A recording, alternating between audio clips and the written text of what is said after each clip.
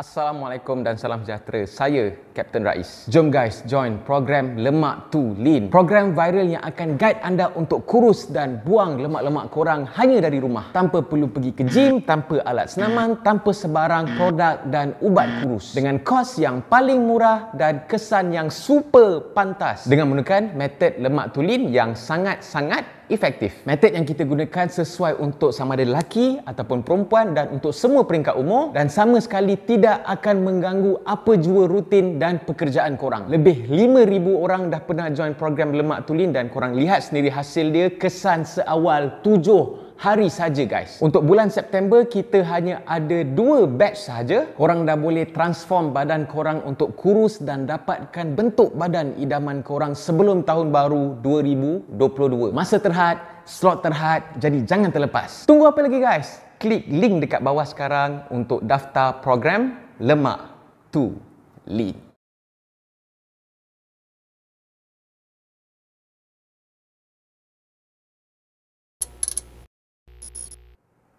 Assalamualaikum, salam sejahtera. Apa hal korang? Selamat datang ke dalam channel YouTube Rais Hamid, Arish TV dan masih lagi bersama dengan YouTuber yang menjadi kesayangan ramai rakyat Malaysia, iaitu Rais Hamid. Apa hal korang? Check it out now. Ya bedu, come on, let's go yo. Check it out. Disebabkan ramai yang DM aku, ramai yang minta untuk aku ceritakan mengenai cerita-cerita ataupun pengalaman-pengalaman yang berkaitan dengan pasukan khas ataupun Special Force Malaysia. Jadi pada hari ini, pada kali ini aku akan ceritakan dekat korang satu cerita kisah benar mengenai kita punya Special Force. Tapi sebelum tu aku nak bagi disclaimer sikit. Cerita ini adalah cerita betul. Tapi bila cerita ini dah disampaikan daripada mulut ke mulut, jadi kemungkinan cerita ini ada yang ditokok tambah, ada yang telah diubah-ubah. Jadi apa yang aku bakal ceritakan dekat korang ni adalah yang sampai dekat akulah, yang kemungkinan telah diubah suai ataupun telah ditokok tambah. Dan cerita ini mungkin ramai yang dah tahu, especially yang tentera, mungkin ada yang dah tahu, mungkin juga orang awam ada yang pernah dengar cerita ni. Jadi sekiranya korang tak nak percaya, terpulang dekat korang. Kalau korang nak anggap benda ni mitos, terpulang dekat korang. Korang nak jadikan cerita ini adalah satu hiburan, terpulang pada korang. Jadi benda ni sebenarnya tak ada kena-mengena dengan rahsia ke benda lah. Cerita ni pun cerita dah lama dah. Tak silap aku, masa aku baru-baru masuk askar lah, okay, ada pegawai, ada jurulatih yang cerita dekat kita orang lah. Jadi aku harap tak ada kontroversi lah sebab aku dah bagi disclaimer. Nanti kan jangan ada yang nak saman aku pula. Okey, cerita ni berlaku pada sekitar 2000-an ataupun awal tahun 2000, 2005, 2006 macam tu. Seperti yang kita tahu, Malaysia adalah satu negara yang mengamalkan dasar luar yang berkecuali. Maknanya Malaysia ni dia tak ada sebarang konflik dengan mana-mana negara. Malaysia ni always menyampaikan mesej keamanan, anti komunisme ataupun anti keganasan dan sebagainya lah. Jadi orang nampak Malaysia ni sebagai satu negara yang aman lah. Malaysia ni dia tak suka tunjuk dia punya military power, dia tak suka show off macam negara-negara besar yang lain. Sebab negara-negara besar yang lain tu diorang tunjuk dia ada motif dia ada tujuan. Kemungkinan negara-negara yang tunjuk dia punya firepower tu kemungkinan ada konflik dengan negara lain ataupun tengah ada ketegangan dengan negara lain. Jadi ada kepentingan untuk diorang tunjukkan diorang punya military power lah. Disebabkan kita ni tak suka nak show off, jadi adalah segelintir negara-negara luar yang kadang-kadang diorang macam pandang rendah lah dekat military power Malaysia ni. Diorang suka banding-bandingkan aset lah, berbenda lah. Oh, kau ada kapal terbang tu, Malaysia ada kapal terbang ni, kita punya kapal terbang ada sikit, diorang punya kapal terbang ada banyak. Termasuklah dengan korang-korang netizen yang tak tahulah, duk suka sangat membandingkan kita tak power, orang lain power, lantak korang. By the way, sambung balik, ada satu ketika ni kita ada sedikit isu, ada sedikit orang kata konflik. Dia taklah konflik sangat pun, dia ada isu lah berkenaan dengan ada satu perjanjian yang telah dimeterai bersama dengan negara itu. Setelah sekian lama perjanjian itu berlangsung, okey, antara kita dan negara itu, adalah orang-orang yang cuba mempertikaikan isi kandungan perjanjian itulah. Disebabkan perjanjian itu sudah lama, Jadi orang minta untuk kaji balik perjanjian itu. Mungkin ada benda yang nak kena alter sikit lah. Perjanjian tu sesuai dengan peredaran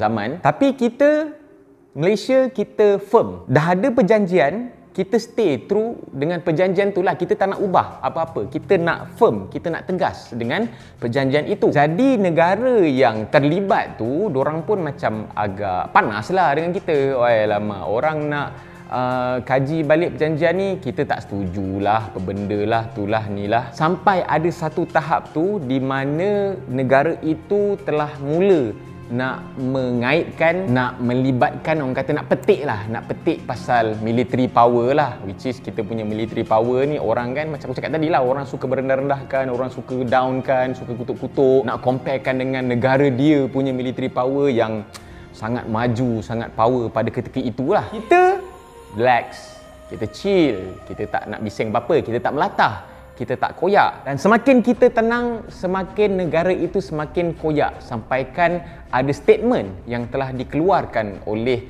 salah seorang orang penting dekat negara itu. Dia cakap dekat negara dorang sekarang ada satu peluru berpandu yang dah target dekat Malaysia. Anytime tinggal nak tekan butang launch sahaja. Kalau Malaysia cari pasal, kalau Malaysia berdegil, kita tekan butang launch. Habis Malaysia. Tapi aku bersyukur jugalah sebab masa isu tu terjadi bukan zaman social media, bukan zaman TikTok.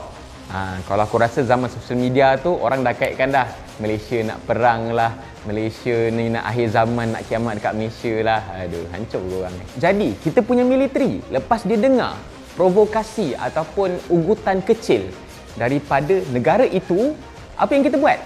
Masih kita tak melatah, kita relax, kita chill, kita cool je, senyum gitu. Tapi dalam senyap-senyap, ingat tak lagu Joe Flizzo?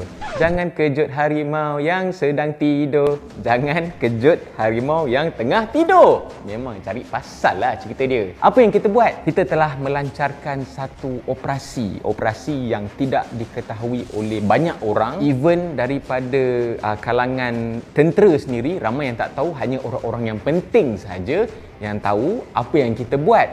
Kita hantar, tak silap aku, 4 ataupun 5 orang anggota special force kita untuk pergi ke negara itu. Buat apa?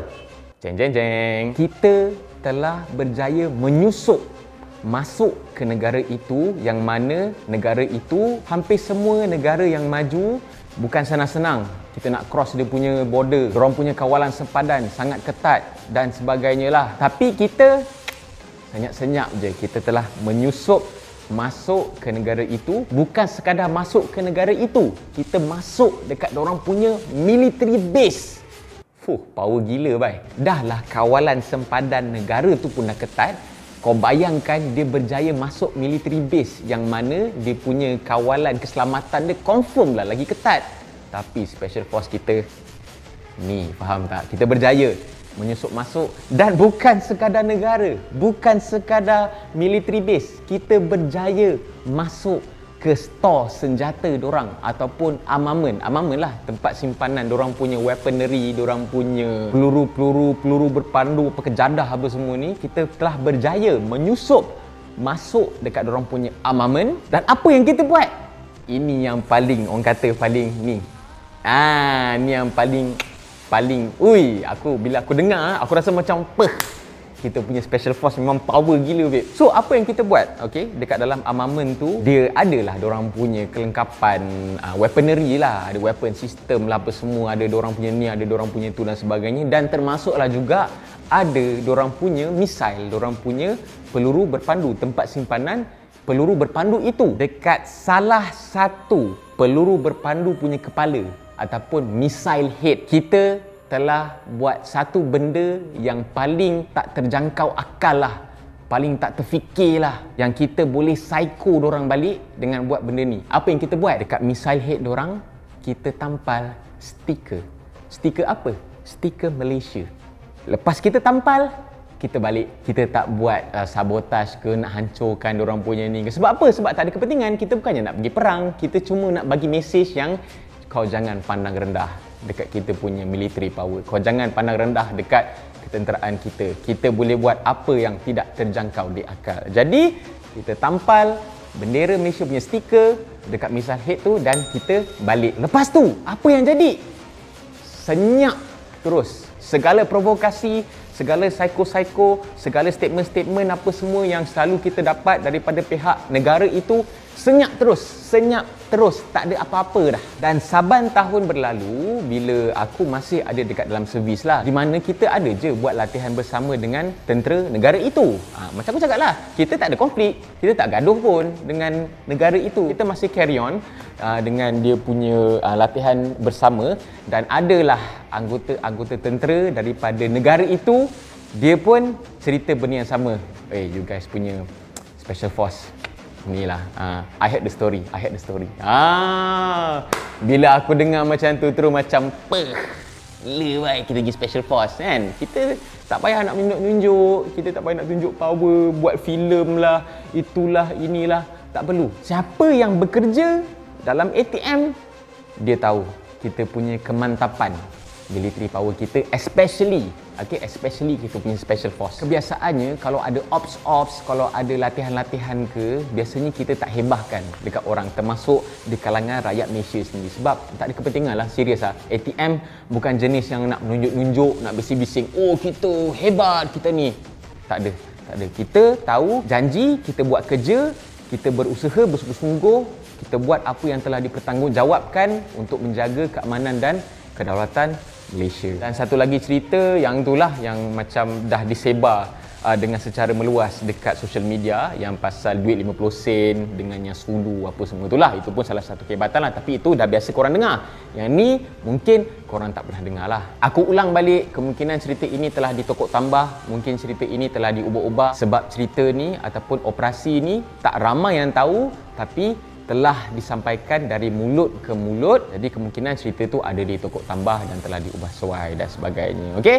So itu je yang aku nak share dengan korang. Aku harap lepas dengar cerita ni, korang tidak lagi memandang rendah kita punya military power, okey, kita punya kekuatan ketenteraan kita. Jangan duk judge dengan bilangan aset. Jangan compare bilangan aset kita dengan bilangan aset negara orang lain, sebab bilangan aset tu tak ada apa-apa pun sebenarnya. Mungkin ada efek, tapi dia bergantung juga. Kalau kau ada fighter aircraft yang paling power dalam dunia, tapi kalau pilot dia fuck up, tak boleh buat apa juga. Okay? So itulah saja yang aku nak cerita dekat korang untuk kali ini. Sekiranya korang ada sebarang soalan, sebarang request, korang bolehlah type dekat ruangan komen, dan jangan lupa untuk share video ni. Okay, share lah. Benda ni bukan lagi rahsia lah. Okay, benda ni selalu dah disampaikan daripada mulut ke mulut, dan juga video ni pun aku tak ada petik mana-mana negara. Aku dah buat disclaimer. Okay, jadi tak ada masalah lah untuk korang nak share pun, sebab aku pun tak ada nak dedahkan apa-apa sangat pun. Korang ni bukannya boleh aku cerita sikit je rahsia, aku cerita sikit je aku pecahkan rahsia. Apalah korang ni. Dan jangan lupa untuk tekan butang like, jangan lupa untuk tekan butang subscribe, dan jangan lupa untuk tekan butang loceng untuk notification video-video daripada channel YouTube Rais Hamid yang selepas ini. InsyaAllah kita berjumpa lagi dalam next video. Assalamualaikum, stay safe, banyak-banyakkan improve kita punya ibadah, dan sama-samalah kita bertaubat sebab kiamat sudah menghampiri kita. Tak payah takut, kita mantapkan iman kita insya-Allah. Semoga semuanya diberikan hidayah, okey, dan diberikan kebahagiaan dan syurga di akhirat nanti insya-Allah. Assalamualaikum. Bye bye guys.